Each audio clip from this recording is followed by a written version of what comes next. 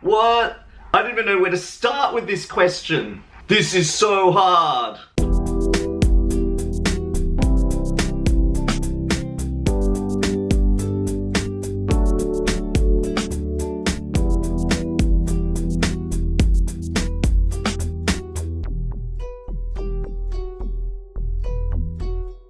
Hi everybody, Danny from Board Game Sanctuary, and welcome to another episode of Talking Sanctuary. And in this episode, we are going to be taking the ultimate board game quiz, and we're going to play it perfect match style to see if you and I can match on certain answers to kind of discover what sort of board game play styles we both have.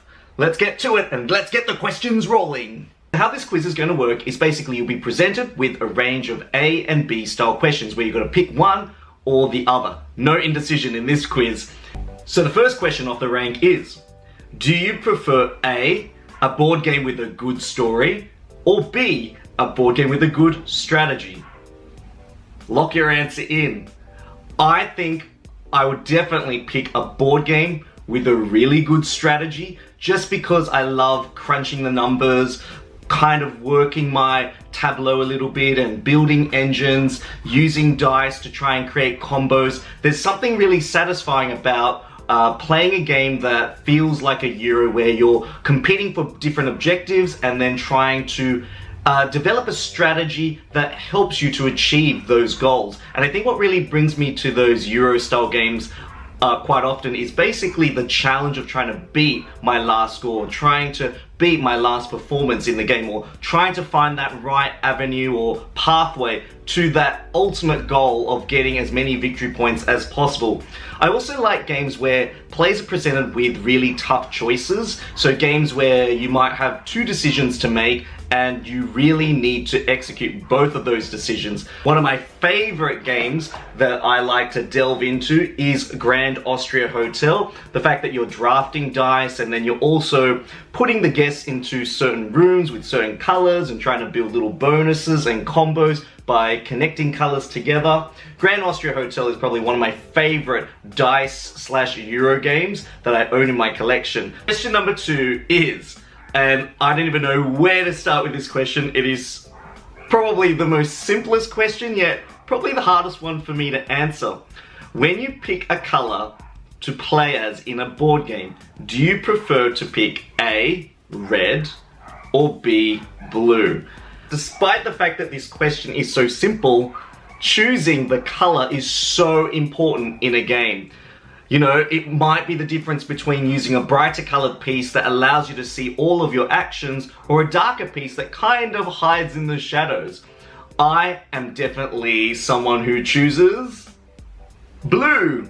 I'm definitely a blue player, someone who will just gravitate towards blue, and I think it's because I'm an Aquarian and I love water. Blue just has that really calming color about it, so as if like you're kind of cruising through the game, whereas red definitely stands out. It's a very strong color, and it's one that people often pick, and it kind of shows that maybe you're going to come up with a really aggressive strategy, but it is definitely really pretty. It also really reminds me of Magic the Gathering colors, where red is kind of aggro and blue is all about counter spells. Question number 3. Keep only one. A, Wingspan, or B, Everdell? Oh my gosh, that is a very hard choice. Who wrote these questions? Seriously, there's so much I love about both games, I don't even know which one I'm going to choose. Which one would you choose? Now, both of the games have elements that I really, really love. And I love not only the beautiful theme of Wingspan, the different cards, and the fact that you can place them in different rows to build an engine for creating eggs or even drawing cards. There's that little racing element of trying to complete certain objectives first. Wingspan, the amount of combinations that you can have with all the cards and how they interact with each other and how they display it out on your board, just makes Wingspan so much fun. You know, when you compare it to a game like Everdell, which has this beautiful worker placement mechanism where you're drafting cards from the meadow and building your own little city, and if you have the buildings that match with certain residents in those cities, you can get them out for free. There's just a beautiful efficiency that happens in Everdell. And I'd probably have to say that Everdell is my pick. I would definitely play Everdell at the higher play count. Wingspan, I would happily play at 2 players. Sorry, Wingspan. The next question is, are you A, cooperative player, or B, a competitive player? Oh, wow. Now, this one definitely really tears me in two. There are some games where I go in and think, yeah, I'm gonna win, I'm gonna do A, B, and C, and just really draft those cards so those players can't get them, place my workers there and gain those resources so I can build my city. And then there are other games where I feel like, you know what? I don't want to rock the boat. I just want everyone to be happy. And I guess it depends on the situation. It also comes down to, I guess, your personality as well as, you know, are you someone who wants to have a game experience where there is a winner, or one where you feel like you're working as a team and you're completing a common goal? I think when I first was new to board gaming, competitive games were definitely my flavor. I just really wanted to win. I just really wanted to be able to do really cool moves and prove myself to my gaming group. But I think over time, I've actually come to develop a really nice appreciation for cooperative games, especially if it's like a Friday night and you're just sitting around and chatting and you just want to engage with people. Cooperative games are just really beautiful for bringing people together at the table and just having that really cool conversation about not only life, but a game.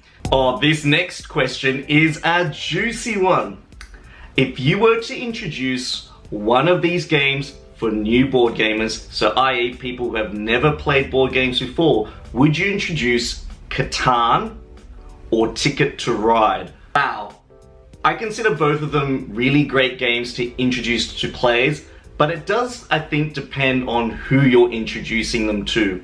If you're introducing it to someone who really likes games where you're building settlements and they like the theme of trading and farming, then I probably would lean towards something like Settlers of Catan, where you can kind of explain the mechanics of the game, and the fact that you're rolling 2 dice, which kind of happens in games like Monopoly, makes this game easier to digest. Ticket to Ride probably would appeal to a group of people who might like more abstract style games. I do like the simplicity of Ticket to Ride. There are, you know, on your turn you can take 2 train cards from the face-up market row, you can draw some route cards and pick one and keep one, you lay out your trains, you score points. There's a nice flow to Ticket to Ride that makes it feel simple, even though Ticket to Ride Europe is probably the gamer's level. But the Settlers of Catan interactivity in terms of, you know, trading all of your resources for the things that you need to upgrade your little villages into cities and building those roads and trying to build the largest army. There's something elegant about that experience, and I don't know, this one is probably my toughest choice. If I were to say in terms of simplicity, I'd probably go Ticket to Ride. If I was saying more in terms of immersing people in a theme that kind of evokes a little bit of that Monopoly feel, I'd probably say Settlers of Catan. But ultimately, I'm gonna have to lean towards Ticket to Ride. There's a visual appeal to this, and the fact that it brings that sense that the more times you play it, you feel more rewarded for it. And this is a hairy question as well. Probably more 3-dimensional, in fact. Do you prefer A, games that are primarily dice-driven, or B, games that are not dice-driven at all? Basically, I think this question is asking whether you think the luck of the dice really affects your love or your enjoyment of a game. I would probably say that I would rather play a game that has some interesting dice mechanisms, so something like Coimbra, or even like a pattern building game like Sagrada. I probably would need to see whether the game is really luck-based or whether the mechanism of using dice really enhances the experience overall. I am one to say that I don't like being not a lucky roller, and I probably never ever kind of gamble or anything like that, but I do like the feeling of rolling dice and using dice, and there's this beautiful game called Unearthed where you roll your dice and you commit to them to certain ruins to try and claim them off other players. That game is really beautiful because the dice are used as a resource and the number of pips are used to try and enhance your game. I'd probably say that I would choose a game that is dice driven. So I'm gonna lock in A. Would you rather play A, new game, or B, one that you've owned for 10 years? Oh, so I guess it doesn't really matter what the game is. I think it's how long you've owned the game for. And I'm not really one to say that, you know what, I've had that game for 10 years. Oh, you know, that's an old game. I'm not going to play that again. In fact, the older the game is, the more cooler I kind of think the game is, because, you know, it's got that kind of grit around it where, oh, these cool components, you know, 10 years ago, this is what the board games look like. It kind of takes you back to that sense of nostalgia. And I don't necessarily think that old games are bad games. I think it does depend on the design of the game and who designed it. But there are a lot of really great classic games out there. Man, I love Castles of Burgundy. Don't know if it's more than 10 years old, but you know, that game is just so cool, and the replayability factor just keeps bringing that challenge to the table every time you open that game. If you were stuck on a deserted island, which of these games, you can only pick one, would you take and play? A. Lost Ruins of Arnak, thematic, I'll give it, or Dune Imperium, also thematic because it's a deserted island and there's sand and the beach. I guess that's kind of the connection there. That is a really hard choice because they're really quite similar in a lot of ways, but they're also incredibly different. Okay, if we kind of strip back the theme of Dune Imperium, it's a worker placement, card, hand management game where you're building a deck and then you're playing cards with icons to send your agents to different parts of the board to gain spice, water, and then use your Salange, which is, I think, the currency in the game, to take other actions, and also try and influence the 4 different factions. It also has this really cool combat element where you can deploy troops from your garrison and play combat cards and try and vie for particular prizes each and every round in the conflict deck.